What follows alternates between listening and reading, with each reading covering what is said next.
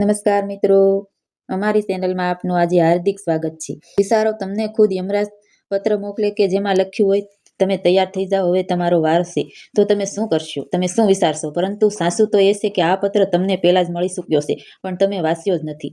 એક વાત છે કે રાધનપુર નામના ગામમાં અમર નામનો માણસ રહેતો હતો. અમર મનથી ભલો હતો, પરંતુ એક વાત તેને બહુ ડરતો હતો, મૃત્યુથી. જેવી મરણની ચર્ચા ક્યારેક થાય ત્યારે તેમનું હૃદય ધડકવા લાગતું હતું. અંતે શું થશે, ક્યારે આવશે, કેવી રીતે આવશે, આ પ્રશ્ન તેમને રોજ રોજ મૂંઝવતો હતો. આ ડરને કારણે અમરે એક દિવસ કઠોર તપસ્યા શરૂ કરી. ઘણા સમય સુધી તેણે જંગલમાં ધ્યાનમાં બેસી યમરાજને પ્રસન્ન કરવાની પ્રાર્થના કરી. અને એક દિવસ અચાનક પ્રચંડ પ્રકાશ થયો અને યમરાજ સ્વયં પ્રગટ થયા. અમર તો આશ્ચર્યથી કંપવા લાગ્યો.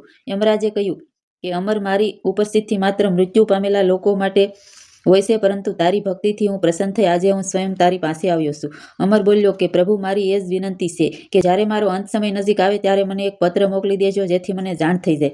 યમરાજ હળવા સ્મિત સાથે બોલ્યા, સારું અમર, જ્યારે સમય આવશે ત્યારે પત્ર જરૂર આવશે, તૈયાર રહેજે.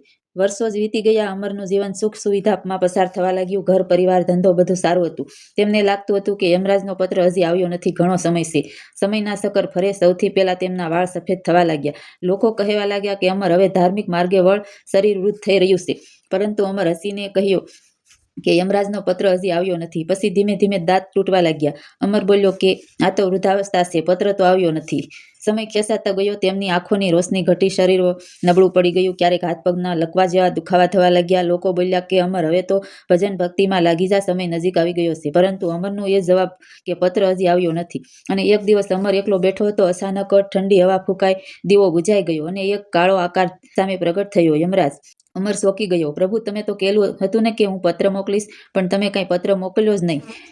યમરાજે કહ્યું, અમર, મેં તને 4 પત્ર મોકલ્યા, પરંતુ તે એકેય પત્ર વાંચ્યા જ નહીં. યમરાજે કહ્યું, પહેલો પત્ર તારા સફેદ વાળ થયા, બીજો પત્ર યુવાની જતી રહી, ત્રીજો પત્ર તારા દાંત તૂટવા લાગ્યા, આ સંદેશો હતો કે તારું શરીર નબળું થઈ રહ્યું, ત્રીજો પત્ર આંખની રોશની ઓછી પડી, આ સંદેશો હતો કે હવે હાથમાંથી સરકી રહ્યો છે સમય, ચોથો પત્ર લકવો જેલ હતું તારું શરીર, આ સંદેશ હતો કે અંત સમય બહુ નજીક આવી ગયો છે. યમરાજે આગળ કહ્યું કે અમર, તે વિચાર્યું હતું કે હું એક લખેલો પત્ર મોકલીશ, પરંતુ મારો પત્ર તો તારા પોતાના શરીર પર લખેલો હોય.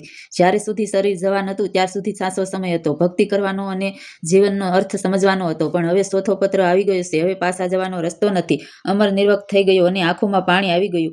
જીવનમાં યુવાની સાચો સમય છે, સારા કામ કરવાનો, અને જ્યારે ચોથો પત્ર આવે ત્યારે પાછું વળવાનો કોઈ રસ્તો રહેતો નથી. જ્યાં સુધી શ્વાસ છે ત્યાં સુધી સાધના છે, જ્યાં સુધી જીવન છે ત્યાં સુધી જાગૃતિ છે.